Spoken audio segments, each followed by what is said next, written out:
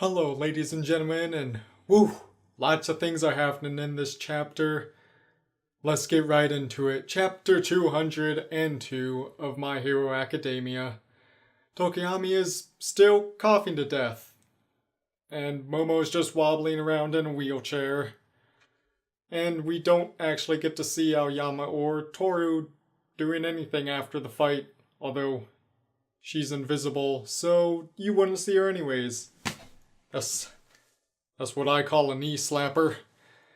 And Shinso is making the realization that the hero course can be quite destructive, especially since Manga Guy took out a giant part of the area with just one move. Let's tune in to what young Midoriya is up to. Oh, he's taking notes like he always does. All Might shows up and suspiciously takes him aside. Even Mina mentions that they're kind of weirdly close together. Anyways, he wants to talk about the whole dream thing, the vestiges that Midoriya had about All for One and his brother. You know, I think when the holder of One for All dies, they don't actually die, their spirit just kind of goes into the successor's head, although they can't really talk, obviously. But maybe that explains the dream and the visions and all the craziness. But I'm pretty sure All Might didn't have those. So I don't really know what's going on with that. And somehow Shinso is a piece of the puzzle. It makes sense because he's the first one at the sports festival to kind of trigger Izuku into having those visions. But I thought that was just because he was trying really hard to snap out of it, and then ghostly ghosts appeared. But I guess there's more to it than we thought there was. Bakugo shows up and yells at them for being all sneaky in broad daylight pretty much, and I don't blame him. Almost every time All Might and Midoriya go somewhere alone, some character says a one-off line about that they're together and we just move on from there. I think the students are probably going to find out about One for All eventually, and then the whole world will know, rather probably when he faces off against Shigaraki or All for One. I don't really think All for One is gonna escape the prison and fight Izuku, because he's kind of entrusted Shigaraki with the leadership role, and he's even said he's only alive because of tubes and medical gear that he's wearing, and his eyes. He doesn't have any eyes! Now here comes all of the theories that Dabi is Toya, the oldest brother slash son of the Todoroki family, and he says he had even greater firepower but was too frail. Although he said he was almost perfect, but his goal was to have a child like Shoto to have both abilities of fire and ice, and Dabi doesn't have ice as far as we know, so I'm still skeptical that Dabi is Shoto's brother, but we'll just have to see where that goes.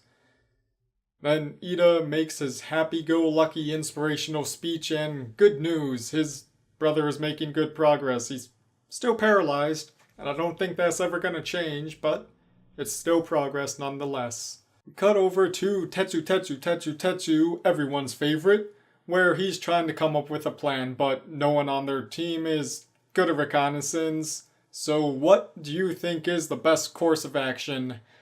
Destroy everything. Just start giving away your location, throwing punches at all of the buildings and the walls, and go for a head-to-head fight. I mean, this is basically what Kirishima needed to do, but he couldn't. Although all four of them in Class 1B does seem to be close combat fighters, except maybe Juzo. So, really, close combat is their only option. And this is so adorable. Okay, Pony is yelling at Juzo, I think because he has a plan and didn't tell anyone, but she's doing it in English. It's so weird because the text is already in English for me. It makes you wonder how Funimation will handle this when they finally get there in the dubbed. version, but that's going to be like probably a couple years. Or will she be speaking English in the subbed version? I mean, she probably will. But, I mean, it's weird for us because we speak English and seeing someone else do it is weird, but we do the exact same thing too. Like, when the Terminator movies were really big back in my day, this was even before my day, everyone was always quoting "Hasta la vista, baby." So, I'm sure if you spoke Spanish and watched that, you would think it's really weird.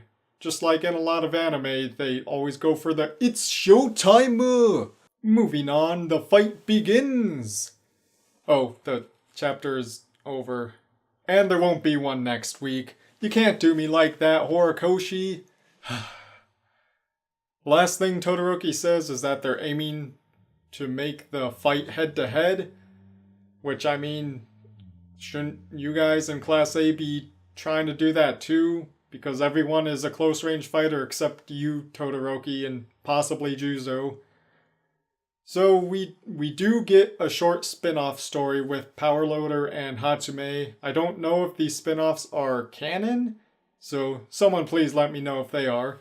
I'm not going to go over much detail about it because I am planning a video about Hatsume for next week, since there is no chapter next week. So look forward to that. Basically, she's blowing stuff up and hurting other people. Same old, classic Hatsume. Well, that's going to do it for this video. I was really hoping that the fight would actually start this chapter, but oh well. I already made my predictions on this fight, so check that out if you haven't already. Who do you think is going to win this fight?